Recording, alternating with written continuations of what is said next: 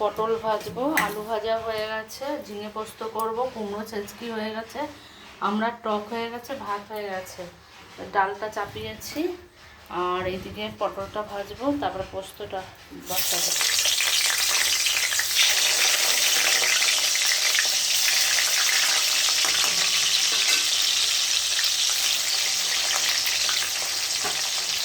আমাদের এখানে সকাল থেকে বৃষ্টি আরম্ভ হয়ে গেছে, এখন একটু কমেছে।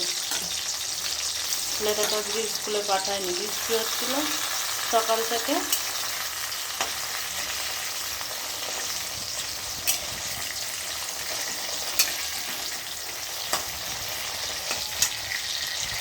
ভাজা ভুজিতে তেল লাগে না, তার বলার মতো না। ভাজা ছাড়া এদের চলবে না।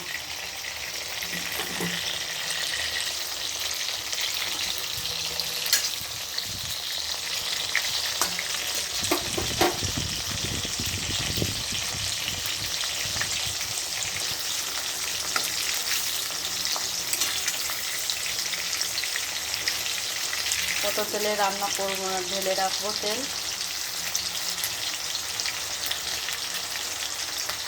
ভাজাটা একটু বেশি তেল না দিলে না ভাজাটা ভালো হয় না।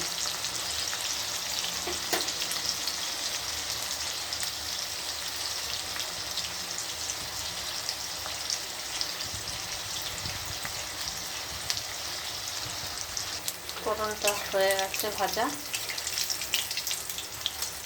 নামিয়ে ফেলবো।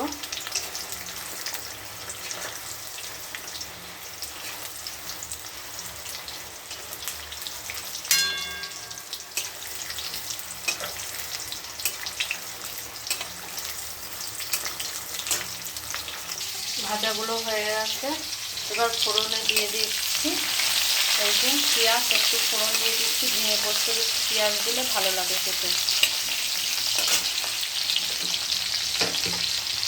ঝিঙে পোস্তটা দিয়ে দিই।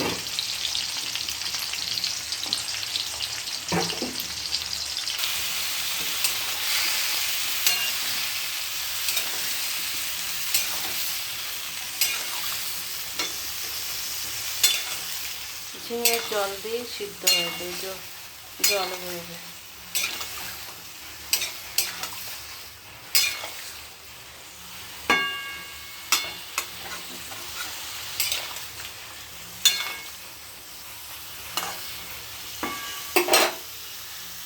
নুন হলুদ পড়ে আছে, এবার ভালো করে কষে নেব।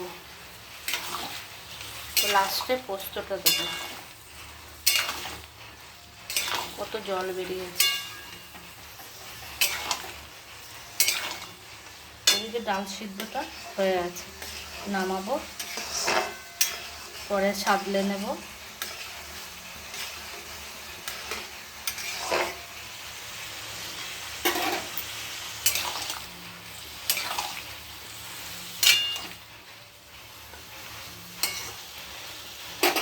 পোস্তটা বেটে নিই, পোস্তটা বের করে নেবো।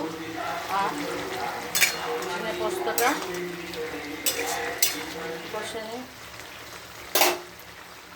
পেস্ট করে নিয়েছি, এবার দিয়ে দেব। দেখো বন্ধুরা, ঝিঙের জল কত বেরিয়েছে। এই আর এক্সট্রা জল দেবো না, এই জলেই হয়ে যাবে ঝিঙে পোস্তটা। বাটাটা দিয়ে দিয়েছি।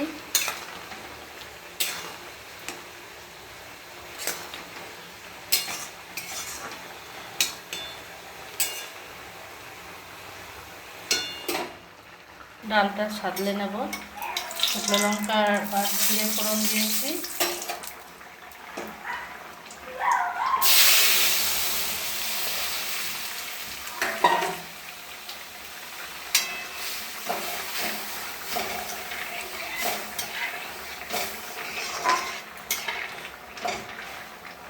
ডালটা হয়ে গেছে, এবার নামিয়ে ফেলবো।